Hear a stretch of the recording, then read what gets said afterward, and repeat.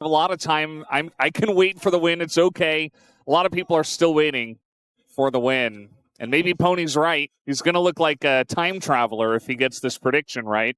Or maybe just, coin flipper, which sometimes that's what you got to do when it is KT.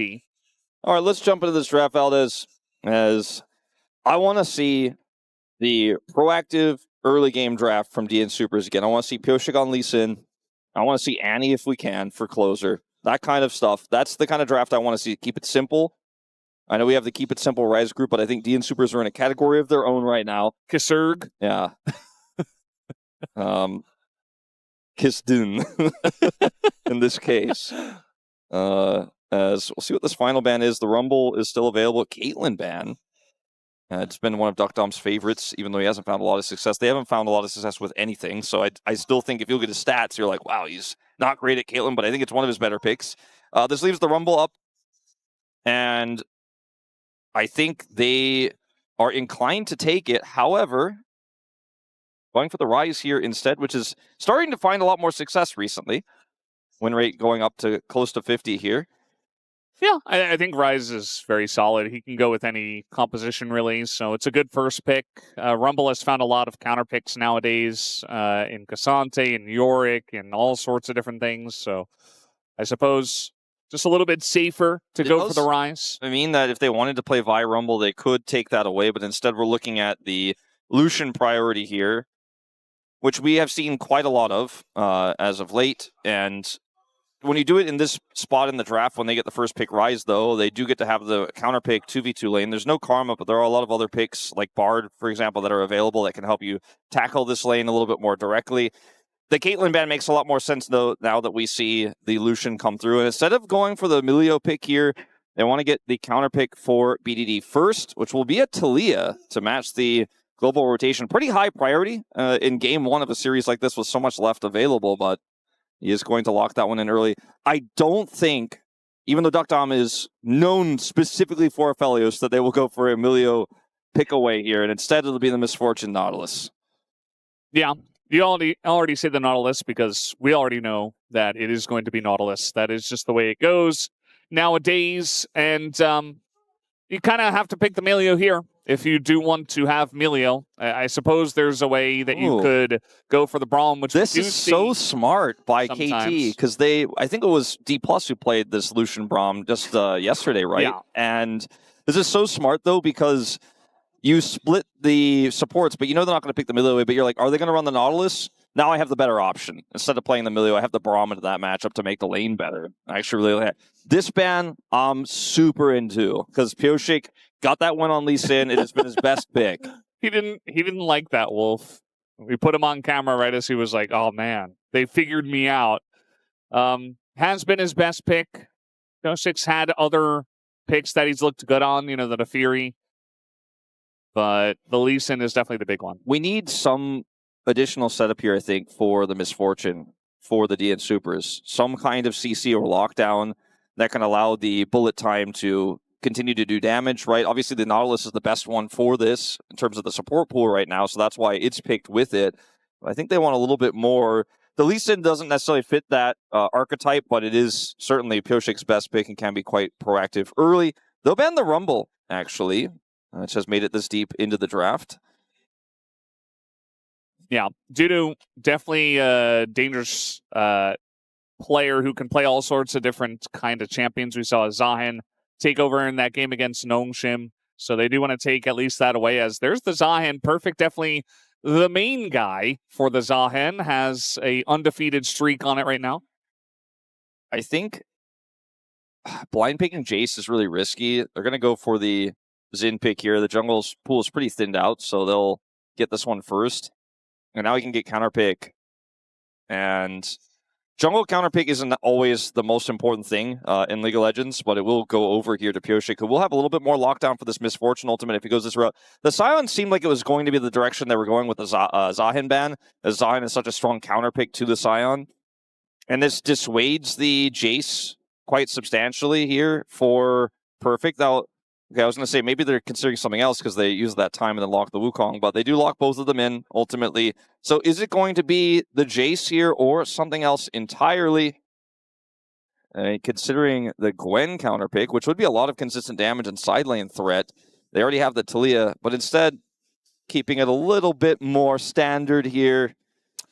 I like the double circles. You know, the Gwens and Zhao definitely very good into Miss Fortune, especially. And Gwen is another one of those picks that can really take advantage of the Sion. I feel like Gnar nowadays, maybe with a lethal tempo build, could do it. I think lethal tempo is going 100% in this game. You've got to apply that pressure. You need to be a secondary damage threat with Lucian Taliyah.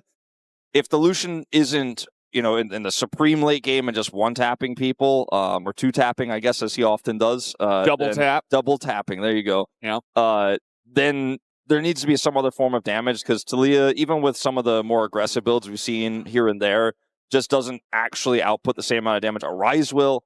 And so you do want to have a little bit more. And I think having the ability to, as Gnar, help cut through the Sion is so huge, and why we do see this lethal tempo build so often, because you basically get to, as you charge Mega, do massive amounts of damage. Then you have your Mega set, and it is a new way to play Gnar. A lot of the time we'd see Gnar in the past, like, just charge on even jungle camps or the minion wave and then join the fight. And now Gnar is just like, I'm up in the face of this Sion, and he's my battery pack.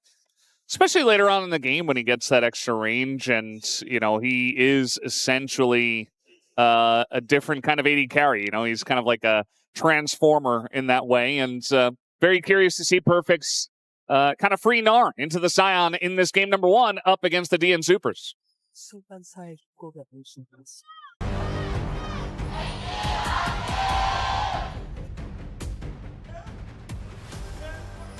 미니언들이 생성되었습니다. Alrighty, game number 1. We're here for Saturday's Showdown. Tomorrow, the last day of round 2 before we do move into the road to MSI. Feels like it just came and went, like, you know? Yeah. I guess because we had so many 2-0s, maybe that's why, but... Yeah, well, you know, the script writers, they were like, well, we had a lot of 4-0s, well, 4-game days, I suppose you should say. Now we're going to get a bunch of 6-gamers and 5-gamers and longer days and more interesting back-and-forth series. The scriptwriters didn't figure out that, like, before all the stakes are set, you know, like when you're still, or when all the stakes are done, like when they're still alive, when we're fighting for Ryze and Legend, like maybe that's when they should have been like, you know, I think it's time for some 6-gamers. Yeah. They're like pulling them out here at the end where we're like, all right, well, it's KT against DNS. DNS is going to get an upset win, but not win the series like they did against Notion. That would be terrible. Don't do that, scriptwriters. That's not the tension everyone wants. If you're going to do that, you better have DNS picking up the W at the end. Yeah. No offense to KT, but, like, let's be real. I really do feel like that's what we all wanted to see. You were talking about the fans just waiting for DNS's series win. They're still waiting, and they're multiplying. There's a lot of people here for DNS. It's great to see all the support coming out, especially for a team that's struggling. I mean, even beyond just the amount of people, the passion with which they cheer, where, you know, when we have the walkouts, they're just, like, hooping and hollering. Like, they're going crazy trying to really... I think, you know, get the player's mindset into a good space. There's nothing more I've seen in Wall Park than, no louder cheers I've seen than when fans are supporting someone who's in a tough situation, or a player that's struggling, or a team that's struggling. I'll never forget when Poby played in for Faker, how loud the fans were when he walked back from his break after a loss in Game 1, and everyone was chanting his name in, like, unison, and how excited they were to try to give him some space. VDD. He's in a lot of trouble here, as he is going to use everything, but Sun comes through, and he will just actually walk it off with the Ghost, but still a good trade for DNS here in the mid lane. VDD does not have teleport, because he opted to match the Ghost here of the Ryze for some additional pick power, but that means that he's not going to be able to get back to this lane anytime soon. Clozer's very healthy. I'll push this wave through as soon as possible. We do have a bit of a fight around the Scuttle Crab right now, even though there's mid-prio there, because the Braum actually left the lane. Looks like the control will go over to Cuzz. So there's a little scrap that was happening there, while Perfect is using this lethal tempo Gnar to try to push the Sion out, and ultimately Pyosik will go towards the top Scuttle a little bit later. So a little bit delayed, actually. Good play there from Effort with the prio they had there to actually secure that for his jungler and get him a better back. And we immediately go down to the bot lane. deokdam taking essentially max damage that you can take from a Lucian in that sort of a trade.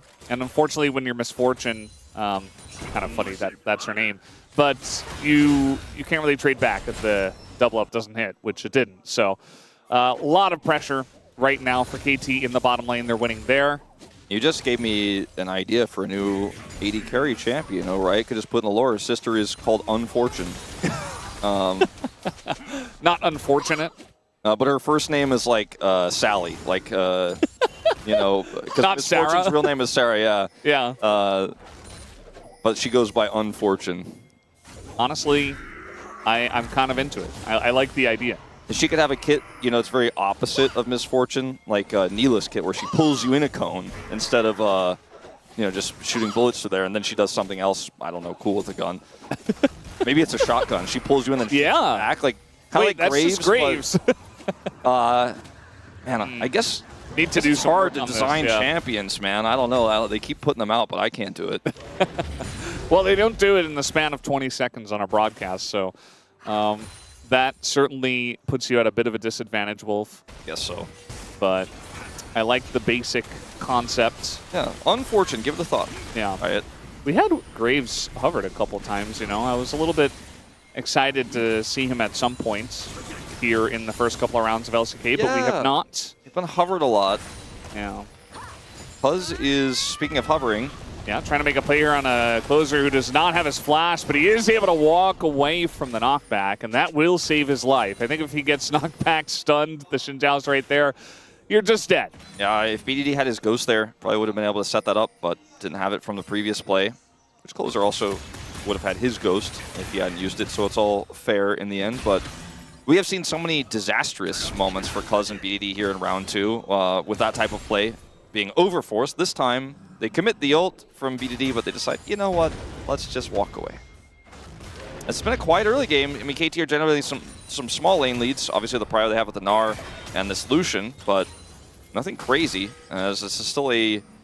Well, anyway, by the way, I say this because more often than not in DNS games, you know, we're not looking at like the 6 to 8 minute mark. The game has had some sort of wrong turn. Looking great so far, and they're getting through the early game of this Wukong that's a little bit weaker than the Xin in terms of early lane impact. Pyosik, don't cast or curse me right now. Yeah. As Effort in trouble. Yeah, he's in a bit of trouble here. Might be forced to flash away, but actually the peel is good enough, and the stun was going down onto deokdam as the Q did land, and now we got a 2v2 in the upper river, but looks like Cuzz kind of got the jump on a Pyosik, and with the prio from top lane, it doesn't look like DNS can do much about getting Pyosik level 6 on that. BDD already used his Weaver's Wall, so it's not like they can try to go and take his red buff away from him and look for a fight there, but he is not going to get level 6 off of the Scuttle that he wanted, because that would have allowed them, like if he was able to smite that Scuttle and get 6, they actually could have taken a team fight there for sure, but just didn't have enough control. Clozer, speaking of level 6, he has his ultimate available. Was looking to maybe make an aggressive play bot there, but decides not to. And we end up still in this very passive early game.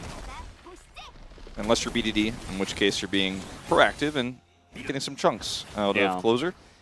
Taliyah does take a decent amount of spam in terms of actually playing the champion. And also he's been involved in pretty much all the action. So he's been... through all of it so far.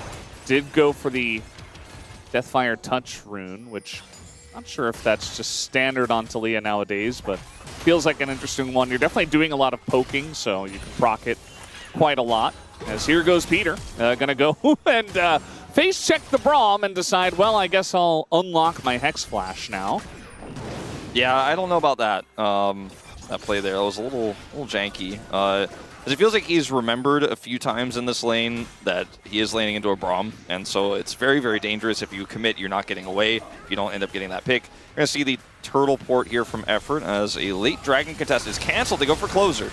And Clozer does have his flash. He's just going to ghost away. And it's an interesting contest because aiming was backing and he was lower than half health, and DNS had already started the Dragon. And KT knew about it. So I don't think there's any world in which they really were going to contest the Dragon. So you know what? At least they get the ghost of Clozer. Butterfly effect. Peter sacrificing his flash, delaying the back slightly. Gets Effort's turtle port a little bit delayed. You know, that it got them the Dragon. Kind of, sort of. You know, great play there from Peter. Dragon lead.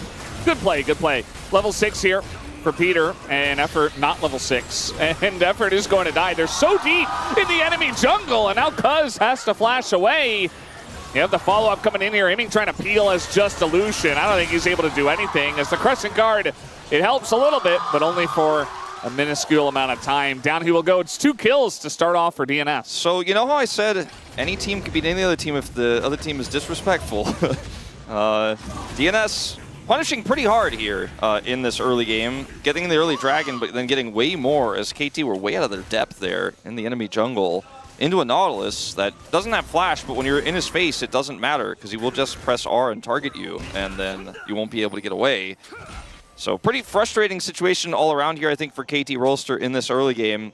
And this Miss Fortune, who has a cull in inventory, picking up a kill in an early scrap, or Ryze picking up a kill in an early scrap. I mean, these are things that, as KT, you absolutely cannot allow to happen if your comp is going to function properly. At least they have this wave in a good spot here in the bottom lane. That's really the only great news here for KT. Yeah, I'm really not sure why they went so aggressive into the enemy jungle. It has been something that Cuzz has been doing more often here in round 2. You were talking about him and BDD kind of just going a little bit too far. They got so much confidence from round 1 that maybe they're turning into overconfidence, and perhaps that's what they're struggling with nowadays. Definitely looks like that from an observer point of view.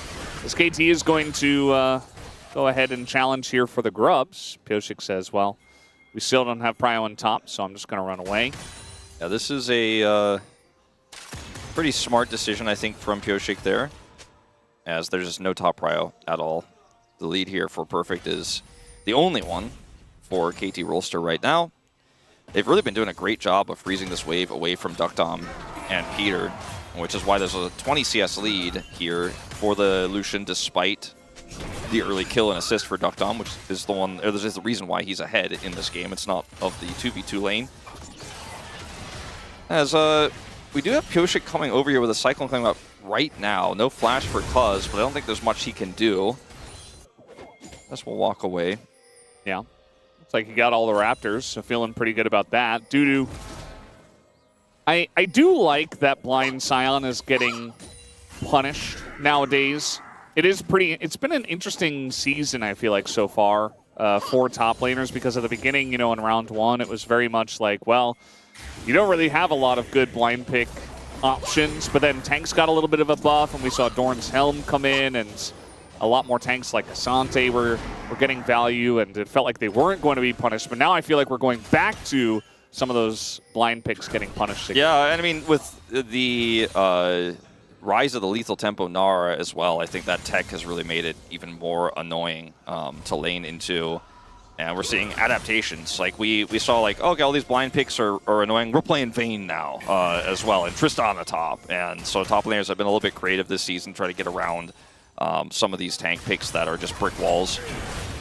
Trying to force it here. There's the concussive blow, but it is a Braum. So if you're going to do that, okay, they get the knock up here on a deokdam, and now the wall comes in. Flash away from deokdam. He's exhausted, and that means he will not get away, although he does a ton of damage before he goes down. It's 2 kills into the bot lane of KT. As now Cuzz in a really rough spot, and Clozer's running down BDD. Cuzz eventually will fall, and you imagine BDD will do the same. The response here from DNS in the bot lane is fantastic. Yeah, that was really poorly executed by KT.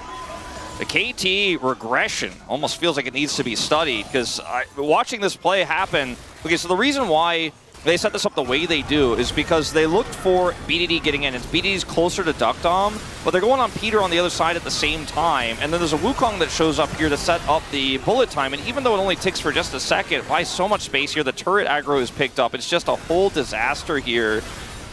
And KT are just so committed to the play, so deep, and they cannot get away with this Nautilus. Like, if you're in the fight like this and you're that far forward, everyone dies if you lose the fight the way they did. So now DNS with a real solid 2,000 gold lead here. Peter should be able to get away. Yeah, gets his hook a little bit canceled halfway, and now the concussive blows are going to land. I think Peter might be forced to flash. He elects not to, and will fall instead. So that's a kill given back over to Cuzz. I was about to read the disclaimer paper that I have right in front of me, which says DNS actually gets some good leads early on. It's about finishing through the mid and late game that, you know, we cannot guarantee. Peter likes to read the papers, so sometimes you gotta let him do it, and it's okay. As this is a bit much. Like, look at where Braum is on the minimap as well. It's just he was like, okay, we got a little bit of control. I want to get more information. I want to know where Cuzz is. He found out. He has flash. Yeah, no, he should have flashed there. And he has Hex Flash too. Just flash. You made a mistake. It happens. You're Nautilus. I don't know. Just use that ability. Yeah, I mean, obviously Flash can be very helpful for Nautilus to set up really long-range engages or to flash into range of the ultimate to get a guaranteed knockup on an upcoming fight, for example, Herald. So maybe that's where his mind is at. It's like, okay, well, I'm going to give this money over, but it'll be worth it. And if he doesn't flash on this next Herald fight, then I will completely 100% with you agree that it was not worth it. But maybe, you know, there's the Schrodinger's flash of like, we don't know if it was actually useful or not until we get to the next team fight, and it's an interesting conversation to have. I think it was definitely an intentional choice by Peter. I mean, if he doesn't get hit by that Braum Q, maybe he gets away, so maybe he just thought he was fine also, but he wasn't. Got a couple of junglers in the top side, actually 3v3 at the moment as they're going in on a Cuzz, but with the Crescent Guard, I mean, the follow-up is just not going to be there from the Ryze, so not the best fight for Pyosik to take, and he does pay for it. Yeah, the target they were trying to punish there has Crescent Guard, so as a result, they don't win that 3v3 the way they played it. Needed to go on a different target, and since they started with the Xin, it kind of ended with the Xin, as Pyosik burns his ultimate feebly, try to get away. And that Herald fight we're talking about, kind of just not a fight anymore, because they ended up losing their jungler right away. And I think a lot of what I've seen for DNS, especially in round 2, that I find frustrating is these small mistakes, right? Like, we could talk about coordination problems, like the Space did with like the Ash Arrow and Pyosik's like doing Raptors, but it's a lot of like face checking. It's a lot of disrespect about, okay, I'm not sure if they're there, but I'm going to go in anyways. Like Peter's death right before this, these small moments that just wash your gold lead away. And now it's like, oh, well, now we're going to have to really be coordinating our team fights. They're trying to find Peter. Maybe this is where he uses his flash, but honestly, not a good spot to anymore as he's going to go down. Again, this can kind of just happen to Nautiluses that get out of position, but yeah, that's a couple of kills now that KT have essentially farmed off of Peter. The gold lead is just gone completely now. And it's 1-to-1 Drakes. They have Herald, so Herald will likely just get them the gold as, production's on the same page. They're kind of like, well, it was there, and then it's on now. The graph does indicate that they once had it, and they no longer have it. That's why you got to read the disclaimer paper. Yeah. You got to know. We all signed the waiver before this cast today of like, you know, if you do cast DNS, you make sure not to hype up too much any gold lead that's less than 5,000 before 15 minutes. It says on the paper that if it's above 5,000, we can get a little bit excited. Yeah. But it didn't get to that point, which is why our tone was a little bit muted. Might be number 3 here for Peter. He's got some help from Clozer, but with the Crescent Guard, again, same situation as top lane where it's like, I mean, the Ryze cannot deal damage to the Zhao, so you're just dead. And that's the 3rd time now that Peter in a row has gotten caught with no recourse. This just feels like tunnel vision almost for Peter in this game. Like, he's just not locked in. As we are going to see the Herald I mentioned dropped here. A little bit early for the Dragon timing. It's not going to be used for combat, but they just want to get some extra money, and they know there's no defense of this. Might even be able to get the whole turret depending on if we see a group here or not.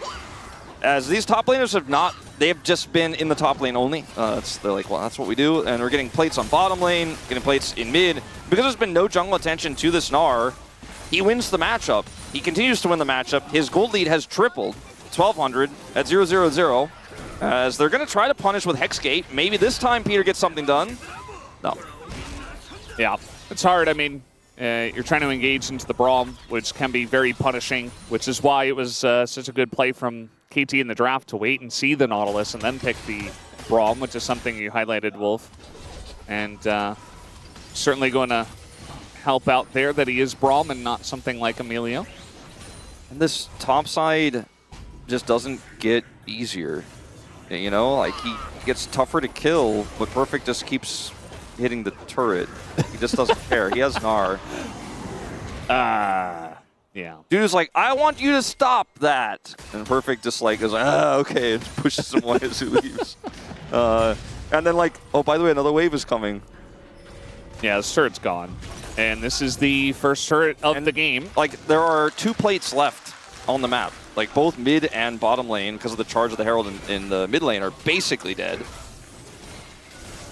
DNS, I mean, they're going to get position here on the Drake. It looks like KT, they just say, you know what? I mean, it's just one Drake. We're going to get the mid turret. I think that's a lot more valuable at this point in the game, assuming they get the turret, which, yes, they will. The culling will come out here.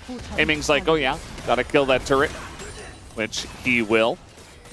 There was no call to try to set up for a play. Like, Peter has his ult. He has flash. I think Clozer might just be dead here. Flash over the wall. There's the knock-up already primed from Cuzz as the slow comes in. And a little bit of help, actually, from Pyosik. He will get there, but the 2 mid laners, both of them, will fall down in the trade. We got a TP coming in. Yeah, DuDu here wants to make this happen. And Cuzz with the Crescent Guard, but I think up against all 4 of these guys after the stun will be pretty easy to take them down. And Amy makes the call to push. Obviously can't really do anything there. There's too much CC between him and trying to save that play, which is the correct call. He's got a huge wave there, so might even pick up some additional plates on the inner turret. So initially here I was like, while I was about to explain, I thought DNS could have looked for a Realm War play during the Dragon to try to punish KT's pull-off there, but they didn't. Instead, they are able to get the wraparound here as Clozer kind of baits them in. TP comes down just for extra secure here from DuDu, and Cuzz does end up getting slowed, knocked up, and then taken out. So really good play from DuDu there on the Sion after so much time locked in Gnar jail. But the end result still is like KT get all 3 outer turrets, and the gold lead remains. Look at the top lane gold lead right now. Yeah. He has 2 items. Black Cleaver, very nice. When you're attacking a Sion 1,000,000 times a minute, and the Sion has no option to trade back. You see aiming there, he was like, nah, you know, actually, I'd rather not get that cannon. He was like, nah, it's not feeling it right now. He's also like waiting for DNS's first win. He could have easily autoed that cannon. I don't know why. They're doing Baron, by the way, practically on spawn here at 21 minutes as they 2-man it, trying to hide information. They made DNS think that was the Lucian backed, and now he's doing a Dragon 2-man here with aiming, but they see it. Or sorry, Baron, I think I said Dragon, but yeah. Either way. I mean, there's vision here. Pyosik is Wukong.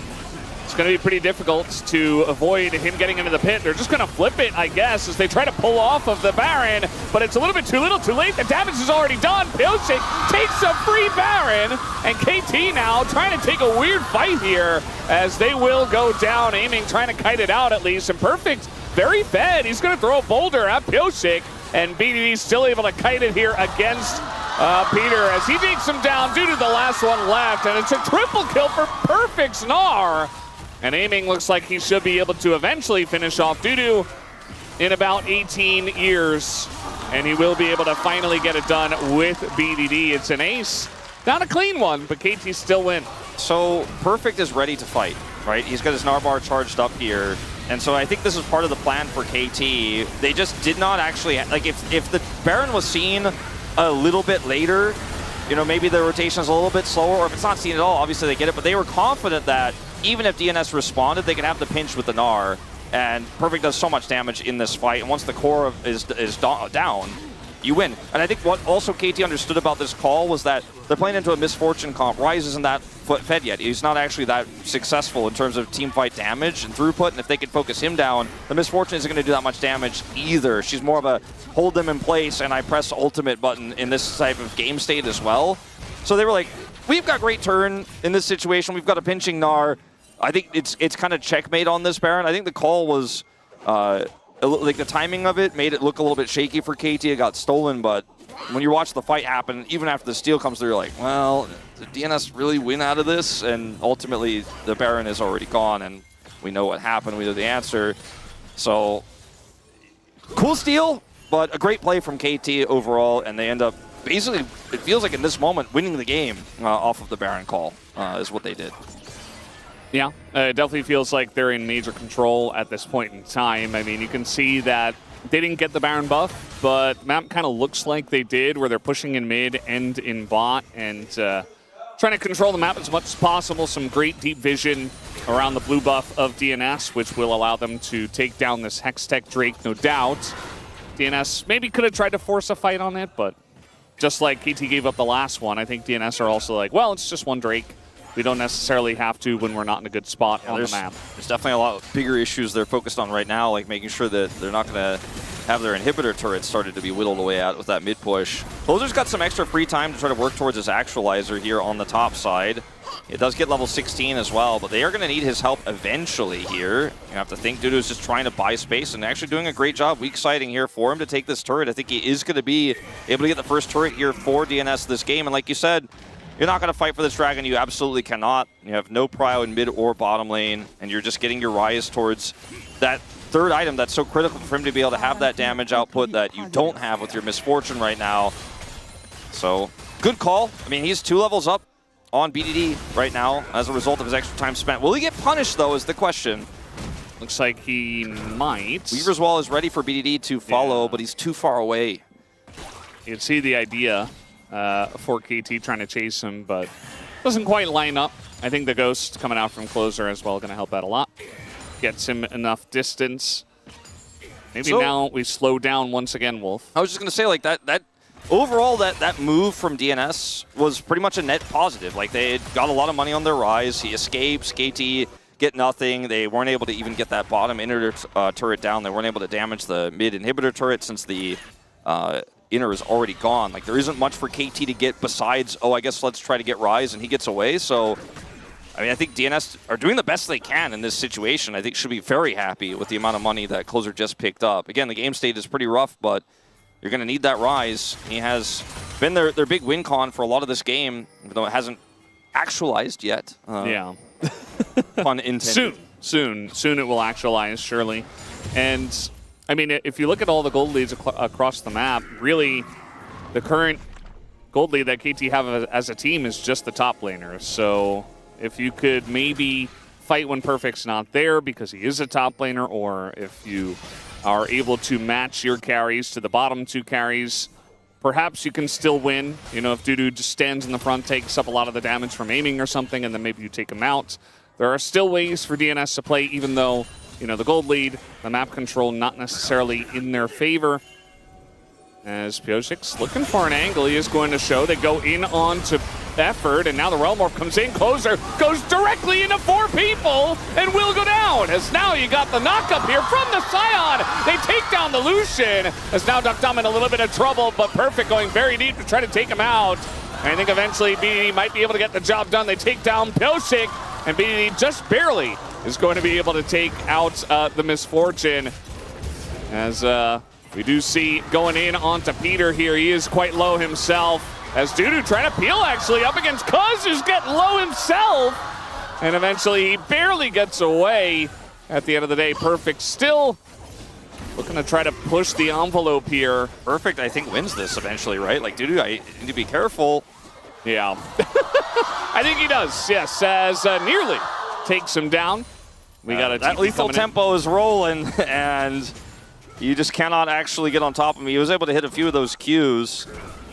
So looking at this initial play here, it's actually kind of, and when you look at Clozer, I'm like, okay, what are you doing? But it actually kind of works out because he baits, he buys a lot of space, he gets his Seraph shield, and then DuDu is able to collapse it, and you're sure he dies, but the Miss Fortune ultimate is set up because of him. I'm not trying to say, please try this at home or anything like that, but it ended up working out. deokdam also, with his red buff, is also able to kill BDD here, which is really huge because if BDD lives, then I think this fight gets even more complicated for DNS, and they might end up losing their inhibitors. deokdam? Yeah, he doesn't have flash, and you saw effort right at the beginning of that play, just flash and land a Q. And now that deokdam's dead, kind of backing in certainly a dangerous spot, even if you have a little bit of vision there. That should mean Baron for KT. It certainly should. KT, this time, completely uncontested on Baron, this time with full control, not a risky Baron or anything of the sort. As Effort just gets the Q, gets the slow, aiming, blows him up. Vision there with the ward. And I guess that's what deokdam just didn't account for. That's a very common ward that you see placed down in mid lane after a team pushes up to an inhibitor. Specifically because, you know, sometimes they can take that path from mid lane directly into a jungle, and it can give you a good idea of where they're going on the map. And I think deokdam definitely should have considered that when he backed around that area. You always feel so safe as Miss Fortune. You shouldn't in this game state, but when you have your BF and your shield and you're just, or Bloodthirster, sorry, BT. Yeah. And you're just kind of saying, well, I'm clearing waves. I'm trying to get us back in this game, looking for the next setup. And as long as you don't expect the flash Braum Q. I don't know how many points he has in it, and Ox isn't here today, but yeah, it can be the deadliest, actually. He's probably still shaking his fists at the clouds, and the clouds in this case being the points in queue from home, assuming he is watching this game. And KT with this Baron, it feels still pretty good for them. Like, yes, this game has not been the, okay, we're going to get a lead and crush you in 25 minutes kind of LCK style with no mistakes kind of game. It's definitely been a more KT style up and down wild ride, but they're still very much in control right now. He is 3 points in queue, by the way, confirmed. Wow. So Ox actually probably just like praising the cloud, or like, I don't know, saying it's nice weather today. Sieging Weaving Wall. Yeah, and engage Braum as well. As they're going to throw something into aiming, but also Clozer on the left side taking a lot of damage. Look at the Gnar, just autoing him down. This is the best AD carry you could have in the top lane, it feels like at times. As a nice bullet time going to get maximum value, but into a Zhao not feeling very good. As it is only deokdam now that is left. You can imagine that eventually a dive will come through. As deokdam pretty fast, but he's just going to retreat to the fountain, and that should do it for game number 1. Aiming, trying to get some more KDA, some more gold into his pockets as the king of gold. But it will be Cuzz who takes him down, and KT who take the first Nexus.